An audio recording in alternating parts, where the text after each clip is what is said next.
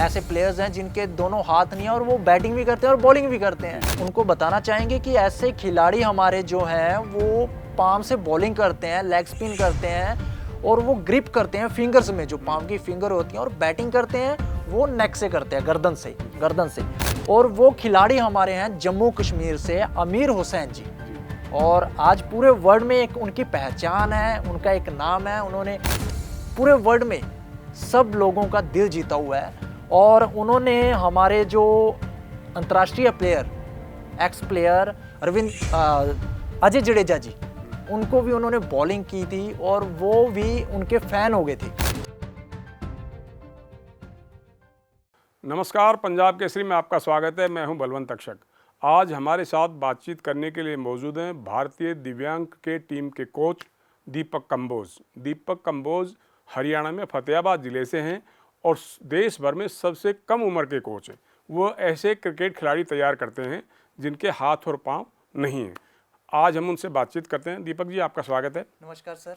आप ये बताइए कि दिव्यांग क्रिकेट टीम ने आपकी कोचिंग में अब तक क्या क्या उपलब्धियां हासिल की हैं? एक्चुअली सर, जब मैं कोच अपॉइंट हुआ भारतीय दिव्यांग क्रिकेट टीम का, तब सबसे पहले मुझे जो कोचिंग के लिए इनवाइट किया गया था इलाहाबाद में दिव्यांग क्रिकेट टीम के लिए, तो वहाँ पर सबसे बड़ी मेरे लिए अचीवमेंट थी कि एशिया कप होने वाला था। तो उसके लिए मुझे कैंप के लिए इनवाइट किया गया था। तो कैंप के लिए जब मुझे इनवाइट किया गया तो मैं इलाहाबाद में गया। वहाँ पर मैंने फर्स्ट टाइम ऐसे खिलाड़ियों को देखा, क्योंकि मैंने नॉर्मल जो क्रिकेटर हैं उनको तो मैंने देखा था क्रिकेट खेलते हुए, बट फर्स्ट टाइम मैंने दिव्यांग प्लेयर्स को क्रिकेट खेलते हुए देखा कि कैसे वो दिव्यांग प्लेयर्स एक हाथ से, एक पाम से क्रिकेट खेलते हैं। तो तब मुझे अच्छा भी लगा कि ऐसी टीम के लिए मैं कोचिंग करवा रहा हूँ। और मैं जब वहाँ पे इलाहाबाद में गया तो मैंने सब दिव्यांग प्लेयर्स को एशिया कप के लिए कोचिंग करवाई। और उसके बाद एशिया कप 2 फरवरी 2015 में एशिया कप का आयोजन होने वाला था। तो फिर मेरे को कोच पॉइंट किया गया एशिया कप के लिए, तो मैंने एशिया कप में कोचिंग करवाई। जी सर। आपने दिव्यांग खिलाड़ियों को प्रोत्साहित करने के लिए कुछ फिल्मी सितारों के साथ भी मैच रखे हैं, इवेंट रखे हैं। क्या फ़ायदा मिला उसका? उसमें ये था कि सर, जैसे दिव्यांग प्लेयर्स हैं, अभी तक क्या है कि इतनी पहचान नहीं थी पूरे इंडिया में। आज देखा जाए तो दिव्यांग प्लेयर्स को कोई भी नहीं जानता था, क्योंकि क्रेज़ था नॉर्मल क्रिकेट का। तो सब जो थे लोग क्रिकेट, जो नॉर्मल क्रिकेट को उसको पसंद करते थे। किसी को भी इसके बारे में नॉलेज नहीं थी कि दिव्यांग प्लेयर्स के लिए भी क्रिकेट है। तो जब ये दिव्यांग cricket control board of India आगे निकल कर आया, इन दिव्यांग प्लेयर्स के लिए एक पहचान बनाई इन दिव्यांग प्लेयर्स के लिए, तो तब वहाँ पर हमने भी एक प्रयास किया कि इनको पूरे देश में और पूरे वर्ल्ड में अगर इनको प्रमोट करना है तो क्यों ना सेलिब्रिटियों के साथ एक इवेंट किया जाए, क्योंकि सेलिब्रिटियों की अपनी एक पहचान होती है। तो तब दिव्यांग प्लेयर्स इतने आगे नहीं आ पा रहे थे, तो हमने ये प्रयास किया देववृक्ष फाउंडेशन संस्था के द्वारा। हमारे जो मित्र हैं कनाडा से, पलाश मालपानी जी, उनके द्वारा हमने मिलकर एक मुंबई के स्पोर्ट्स, जो वहाँ का स्टेडियम है गोरेगांव में, वहाँ पे हमने इवेंट ऑर्गेनाइज किया। और वहाँ पर हमने बहुत बड़ी बड़ी हस्तियों को इनवाइट किया, जिसमें मुंबई की जो सेलिब्रिटी क्रिकेट लीग है उसके खिलाड़ी आदित्य पंचोली जी, अरमान कोहली जी, वरुण वडोला जी, समीर कोचर जी, दिलजान वाडिया जी और जीतू वर्मा जी, सोनाली रूट, और ऐसे ऐसी बहुत से जो सेलिब्रिटियाँ हैं बड़े बड़े आगे निकल कर आए। तो वहाँ से इनको एक पहचान मिली दिव्यांग प्लेयर्स के लिए कि ये दिव्यांग प्लेयर्स भी क्रिकेट खेलते हैं। और इन्होंने एक अपनी पहचान बनाई। इनकी पहचान क्या है?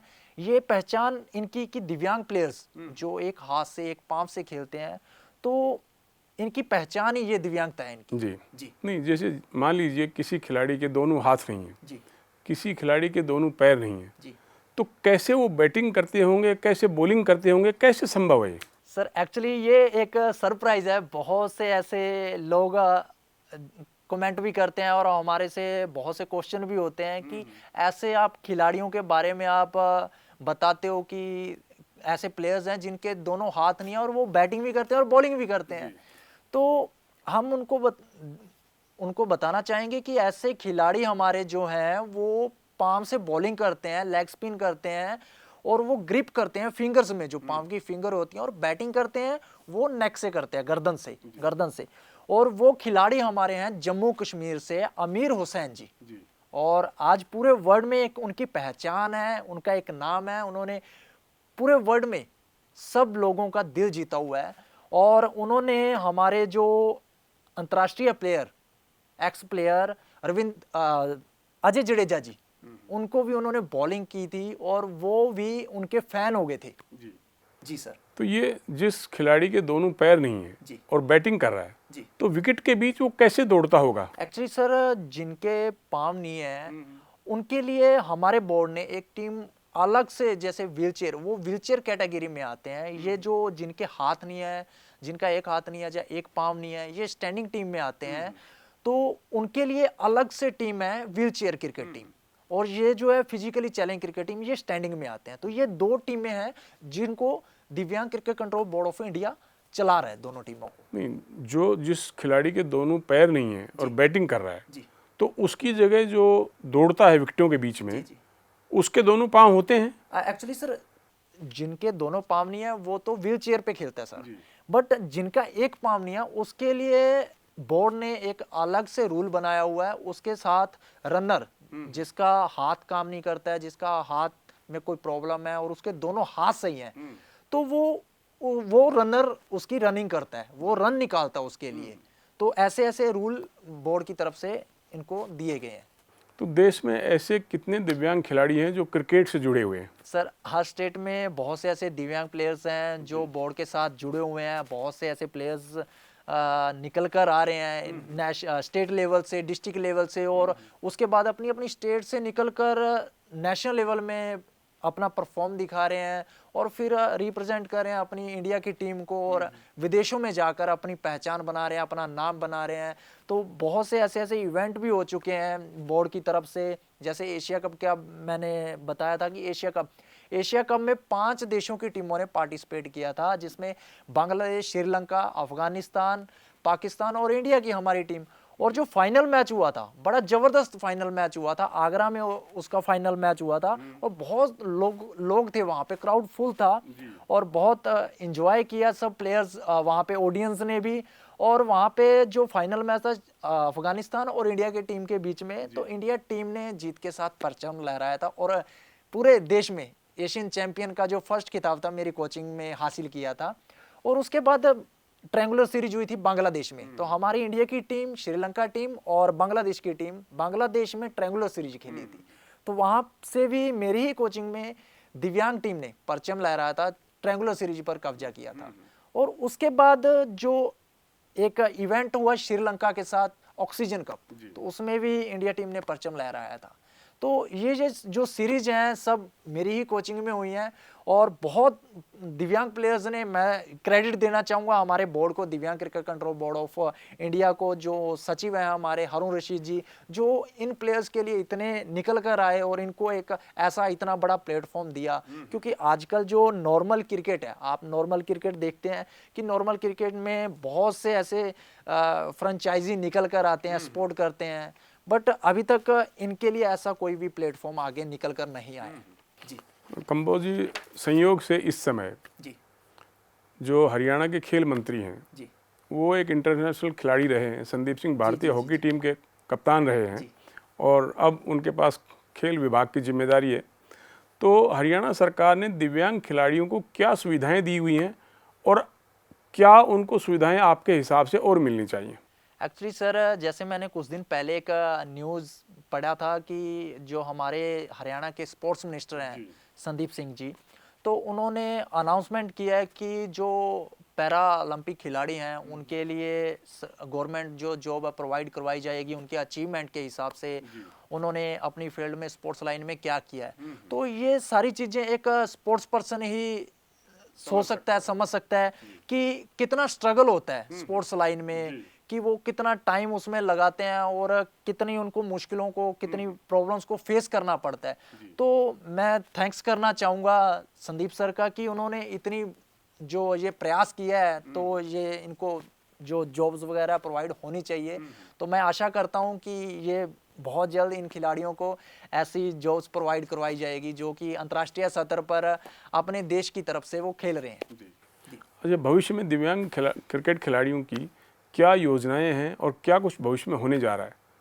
सर जैसे अभी दुबई में एक महीना पहले दुबई में दिव्यांग cricket control board of India की तरफ से डीपीएल करवाया गया था, दिव्यांग प्रीमियर लीग। जैसे कि इंडिया में अभी आईपीएल हो रहा था, तो आईपीएल में भी हमारे पूरे वर्ल्ड के प्लेयर जो हैं, नेशनल प्लेयर्स, इंटरनेशनल प्लेयर्स, सब पार्टिसिपेट करते हैं। तो ऐसे ही जो दिव्यांग टीम के लिए है उसके लिए डीपीएल ऑर्गेनाइज किया गया था। तो वो दुबई के इंटरनेशनल ग्राउंड, जो फेमस इंटरनेशनल ग्राउंड है, शारजा का ग्राउंड, तो उसमें दिव्यांग प्लेयर्स के लिए डीपीएल ऑर्गेनाइज किया गया था। तो बहुत खिलाड़ी खुश हुए, बहुत एक्साइटेड थे वहाँ पर, और हमें भी बहुत अच्छा लगा कि इन दिव्यांग प्लेयर्स के लिए ऐसा प्लेटफॉर्म आया, निकल कर आया है, और ये आगे पहचान बनेगी इनकी, एक मैसेज आएगा। क्योंकि एक जब ऐसा इवेंट होता है तो बहुत से प्लेयर्स को चांस मिलता है, क्योंकि इंडिया लेवल पे सिर्फ 15 प्लेयर्स को चांस मिल सकता है, बट अगर ऐसा लीग आती है डीपीएल जैसी, तो बहुत से प्लेयर्स, आई थिंक कम से कम 110-20 प्लेयर को परफॉर्म करने का चांस मिलता है और निकल कर आते हैं अपनी इंडिया टीम के लिए। तो ऐसे ही नेक्स्ट जो इवेंट रहेंगे अंतर्राष्ट्रीय स्तर पर, मैं अगर बात करना चाहूँगा तो अभी जो नेपाल, बांग्लादेश, श्रीलंका के साथ, इनके साथ सीरीज होने वाली है हमारी इंडिया टीम की, और उसके बाद फिर एक इवेंट जो डीपीएल है, नेक्स्ट सेशन जो स्टार्ट होगा वो दुबई में ऑर्गेनाइज होगा। जी सर। अच्छा, मैंने ये भी सुना है कि आपने दिव्यांग खिलाड़ियों को प्रोत्साहित करने के लिए एक गाना लिखा भी है जी, और गाया भी है। वो हमारे दर्शकों को बताइए कि क्या है ये। एक्चुअली सर बचपन में कहते हैं कि बहुत से हमारे शौक होते हैं, हम लाइफ में सोचते हैं कि हम ये करना चाहते हैं, वो करना चाहते हैं, बट कुछ कारणों से वो चीज़ें नहीं हो पाती। जैसे क्रिकेट फील्ड में था, क्रिकेट मेरा प्रोफेशनल था, मैं क्रिकेट में आगे बढ़ना चाहता और बढ़ा भी मैं, मेहनत किया और आगे आया भी मैं। और उसके अलावा कुछ जैसे बचपन में टीवी देखते थे तो कभी सीरियल देखना, कभी सिंगिंग सुनना, तो दिमाग में आता था कि हम भी मॉडलिंग लाइन में जाएं, सिंगिंग करें, या फिल्म इंडस्ट्री में जाएं, कुछ ऐसा करना चाहें, बट तब नहीं हो पाया। बट आज वो चीज़ें मैं अपने सपने साथ साथ में वो पूरे भी कर रहा हूँ, और बहुत से सेलिब्रिटी मुझे सपोर्ट भी कर रहे हैं, फिल्म इंडस्ट्री की तरफ से भी मुझे बहुत सपोर्ट मिल रहा है। और अभी मैंने फ़िलहाल एक हमारी इंडिया टीम के लिए जो है सॉन्ग भी किया है, तो बहुत प्यारा सॉन्ग है, और बहुत जल्द वो सॉन्ग रिलीज़ होगा और सबके सामने होगा। और साथ में मैं मॉडलिंग भी कर रहा हूँ, 1-2 गाने मेरे पहले आए हैं। अन्नदाता के जो हालात, हमारे जो किसान हैं आज, हमारे जो किसान भाई आज सड़कों पर हैं, रोड पर हैं, इतना वो प्रोटेस्ट कर रहे हैं, तो उनके लिए हमने एक सॉन्ग किया था, और उसमें मैंने किसान का किरदार निभाया। बहुत लोगों को वो पसंद आया, बहुत लोगों का मुझे प्यार भी मिला कि मैंने किसान का किरदार निभाया। तो वो हमारे मित्र हैं केपी नामदेव जी और रमेश विंजा जी, जिन्होंने गाना लिखा था, और गुरपाल साहब हैं, उन्होंने वो गाना गाया था। तो बहुत प्यारा सॉन्ग है और बहुत प्यारा प्यार भी मिल रहा है लोगों को। जी जी। अच्छा, अभी आपको थोड़े समय पहले दिव्यांग cricket control board of India के उपाध्यक्ष की जिम्मेदारी दी गई है। जी सर। इसमें क्या कुछ काम देखना होता है? एक्चुअली सर जैसे पहले मैं कोचिंग करवा रहा था पूरा टीम को, तो उसके बाद कुछ टाइम मैं टीम से बाहर रहा हूँ, कुछ टाइम, क्योंकि मैं फिल्म इंडस्ट्री में चला गया था, और कुछ मेरे प्रोजेक्ट थे वहाँ पे फिल्म इंडस्ट्री में, तो इसीलिए मैं वहाँ पर जब चला गया तो वहाँ मैं बोर्ड से मैंने इस्तीफ़ा दे दिया था। तो उसके बाद मुझे मेरी अचीवमेंट्स देखकर जैसे दुबई में इवेंट ऑर्गेनाइज होना, तो उन्होंने मुझे फिर अप्रोच किया कि दीपक, आपको बोर्ड का उपाध्यक्ष बनाया जाता है, तो आप दोबारा से आइए। तो मुझे उपाध्यक्ष बनाया गया, और जितनी भी है, जो भी मेरी ड्यूटीज़ हैं, तो मैं वो अपनी दिल से कर रहा हूँ अभी। जैसे कि अभी डीपीएल हुआ है, तो उसके लिए भी मैंने अपना जितना भी है मैंने बेस्ट किया, और साथ में मैंने प्लेयर्स को कोचिंग भी दिया। वहाँ पे डीपीएल ऑर्गेनाइज हुआ तो 6 टीमों को मैंने कोचिंग भी करवाया, तो उसमें 105 प्लेयर थे, तो सबको मैंने कोचिंग भी करवाया वहाँ पे। और साथ में जो मेरी ड्यूटीज़ थी ऑफिशियल की एज ए वाइस प्रेसिडेंट, तो मैंने उसको भी अच्छे से निभाया। शुक्रिया दीपक जी, पंजाब केसरी बातचीत करने के लिए। जी थैंक यू सर। तो ये थे दीपक कंबोज, जो दिव्यांग क्रिकेट टीम के कोच हैं और खिलाड़ियों को क्रिकेट की तरफ प्रोत्साहित करते हैं। इनकी कोशिशें हैं कि हरियाणा सरकार, जिसके खेल मंत्री संदीप सिंह खुद एक खिलाड़ी हैं, वो दिव्यांग खिलाड़ियों को सरकारी नौकरियां दिलवाएं उनकी अचीवमेंट के हिसाब से, और उनको प्रोत्साहित करने के लिए कुछ और सुविधाएं शुरू करें। पंजाब केसरी के लिए कैमरामैन सूरज के साथ बलवंत तक्षक।